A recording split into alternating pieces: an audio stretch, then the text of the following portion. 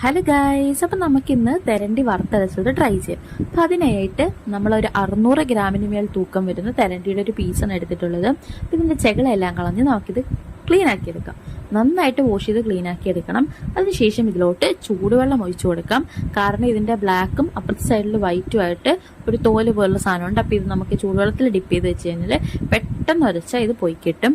അപ്പോൾ നമുക്ക് അങ്ങനെ ഇത് നന്നായിട്ട് വാഷ് ചെയ്ത് ക്ലീൻ ആക്കി എടുക്കാം. പിന്നെ ഈ ചാനൽ ആദ്യമായിട്ടാണ് കാണുന്നതെങ്കിൽ ഒന്ന് സബ്സ്ക്രൈബ് ചെയ്ത് സപ്പോർട്ട് ചെയ്തേക്കണേ. അപ്പോൾ നമുക്കിത് നന്നായിട്ട് വാഷ് ചെയ്ത് ക്ലീൻ ആക്കി എടുത്തതിന് ശേഷം ഇവ ചെറിയ പീസുകളാക്കി കട്ട് ചെയ്ത് ക്ലീൻ ആക്കി എടുക്കാം. എന്നിട്ട് നമുക്കിതിൻ്റെ ഗ്രേവി പ്രിപ്പയറായിട്ട് ഒരു മുറി തേങ്ങ, അതുപോലെ തന്നെ ഒരു സവോള, 4 വെളുത്തുള്ളി, കുറച്ച് ഇഞ്ചി എന്നിവയാണ് വേണ്ടത്.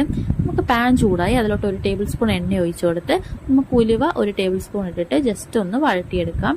എന്നിട്ട് ഈ ചേരുവകളെല്ലാം നമുക്ക് അതിലോട്ട് ഇട്ട് കൊടുക്കാം. പിന്നെ അതിനുശേഷം നമുക്ക് അരമുറി തേങ്ങ ചിരകിയത് ഇതിലോട്ട് ആഡ് ചെയ്ത് കൊടുക്കാം. എന്നിട്ട് നന്നായിട്ട് നമുക്കിവ വറുത്തെടുക്കാം.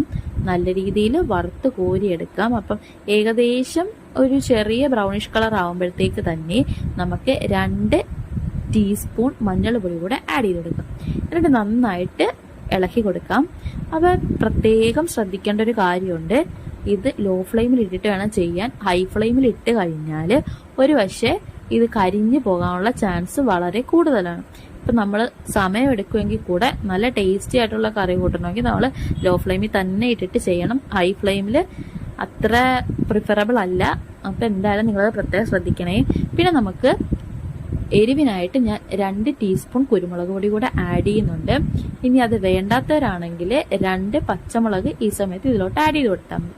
എന്നിട്ട് നന്നായിട്ട് ഇളക്കി യോജിപ്പിച്ച് നന്നായിട്ട് വറുത്തു എന്ന് കാണുമ്പം നല്ലൊരു ബ്രൗണിഷ് കളർ വന്നു എന്ന് കാണുമ്പോഴത്തേക്ക് 2 ടേബിൾ സ്പൂൺ മുളക് പൊടി, 2 ടേബിൾ സ്പൂൺ മല്ലിപ്പൊടി എന്നിവയിട്ട് നന്നായിട്ട് ഇളക്കി കുറച്ച് നേരം ഒന്ന് മൂപ്പിച്ചെടുക്കാം. ഏകദേശം കളർ മാറാൻ തുടങ്ങുമ്പോൾ തന്നെ 1 ടേബിൾ സ്പൂൺ എണ്ണയും കൂടി വെച്ച് നമുക്കിത് ഓഫാക്കാം. എന്നിട്ട് തണുത്ത് കഴിയുമ്പോഴത്തേക്ക് നമുക്ക് മിക്സിയുടെ ജാറിലോട്ട് ആവശ്യത്തിന് വെള്ളവും കൂടിയിട്ട് ഇത് നരച്ചെടുക്കാം. പിന്നെ നമ്മൾ ഏത് പാത്രത്തിലാണോ പ്രിപ്പയർ ചെയ്യാൻ വേണ്ടി ഉദ്ദേശിക്കുന്ന ചട്ടി അതിലോട്ട് മീൻ കഷ്ണങ്ങളും ഈ അടിച്ചു വെച്ചിരിക്കുന്ന ഗ്രേവിയും കുറച്ച് ഉപ്പും, അതുപോലെ തന്നെ ഉപ്പ് ഞാൻ 3 ടീസ്പൂൺ ആണ് ഇട്ടിരിക്കുന്നത്.